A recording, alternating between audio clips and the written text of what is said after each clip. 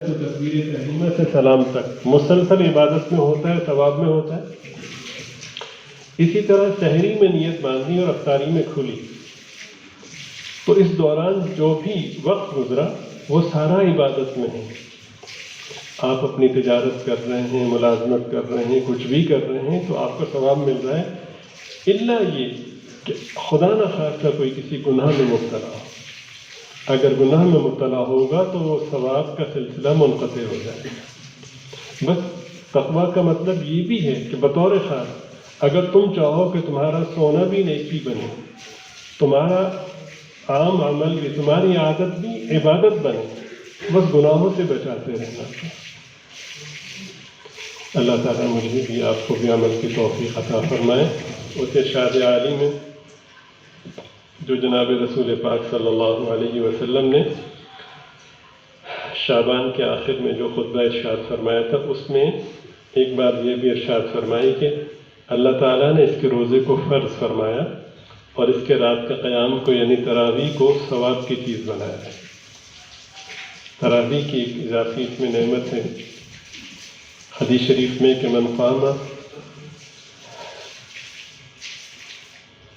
من قام رمضان ایمانا واحتسابا، جس شخص نے رمضان شریف کو قائم کیا ایمان اور ثواب کی نیت کے ساتھ، اس کے پچھلے سارے گناہ معاف کر دیے گئے۔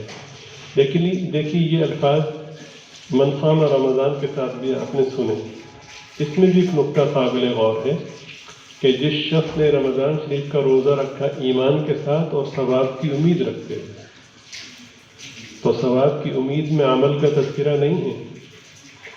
عمل والا تو ثواب کی امید رکھتا ہے نا، کسی سے بہت زیادہ اعمال نہیں ہو سکے، یا اللہ میں عیالدار ہوں، مجھے بچوں کے لیے محنت کرنا پڑتی ہے، میں ان کی طرح تلاوت نہیں کر سکتا، ذکر اذکار نہیں کر سکتا، لیکن مجھے امید ہے کہ آپ مجھے نوازیں گے۔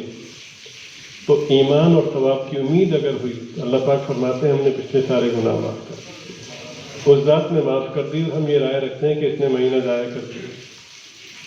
تو رمضان شریف کی تراویح کے بارے میں فرمایا کہ اللہ تعالیٰ نے اس کو ثواب کی چیز بنایا ہے۔ رمضان شریف کی تراویح کی اہمیت کا اندازہ آپ اس سے کر سکتے ہیں کہ کوئی شخص 100 سال اہتمام اور اخلاص کے ساتھ بیت اللہ شریف میں تہجد پڑھے تو یہ 100 سال کی تہجد ایک رکعت تراویح کے برابر نہیں ہو۔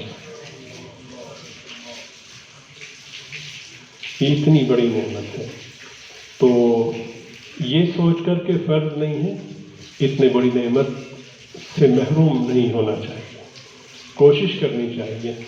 اہل مکہ 20 تراویح پڑھا کرتے تھے حرم پاک میں، تو چونکہ تراویح کو تراویح اس لیے کہا جاتا ہے کہ اس میں ٹھہر ٹھہر کے نماز ادا کی جاتی ہے، چند رکعت کے بعد آرام کیا جاتا ہے، اس کو ترویحہ کہتے ہیں۔ تو 4 رکعت کے بعد تھوڑا سا ٹھہر جاتے ہیں۔ تو اہل حرم نے یہ سوچا کہ ٹھہرنا تو ہے ہی، تو ایسا کرتے ہیں کہ ہر 4 رکعت کے بعد ایک طواف کر لیا کریں۔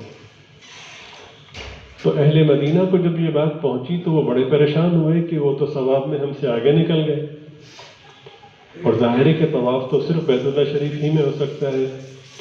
تو انہوں نے ایسا کیا کہ 4 تراویح جب باجماعت پڑھ لیتے تھے تو پھر اس طواف کے متبادل ثواب کے حوالے سے 4 رکعت نفل انفرادی پڑھتے تھے، تو بجائے 20 کے 36 رکعت ہوتی تھی۔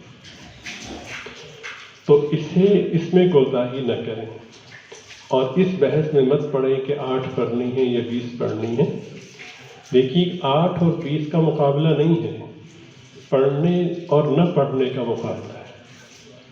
جو نہیں پڑھ رہے ان کی منت کر کے مسجد تک لائیں، اور جو جتنا پڑھ رہا ہے تو وہ ہر جتنا پڑھ رہا اس کو اتنا اجر مل رہا ہے۔ رکعات کے حوالے سے جناب رسول پاک صلی اللہ علیہ وسلم سے تعیین نہیں ہے، البتہ حضرات صحابہ رضی اللہ تعالیٰ عنہ سے اس کی تعیین مختلف کتب سیر میں، کتب احادیث میں موجود ہے، اور وہ 20 رکعت ہے۔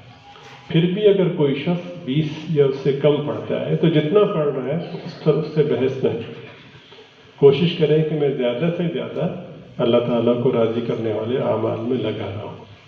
اللہ تعالیٰ اپنے کرم سے ہم سب کو عمل کی توفیق عطا فرمائے، اور ہم سب کو غفلت سے محفوظ فرمائے، اور وہ اعمال اور وہ کیفیات کے جو نیکیوں کے ضائع کرنے کا سبب ہو سکتے ہیں، اللہ تعالیٰ ان سب سے ہماری حفاظت فرمائے۔ وآخر دعوانا الحمد للہ رب العالمین۔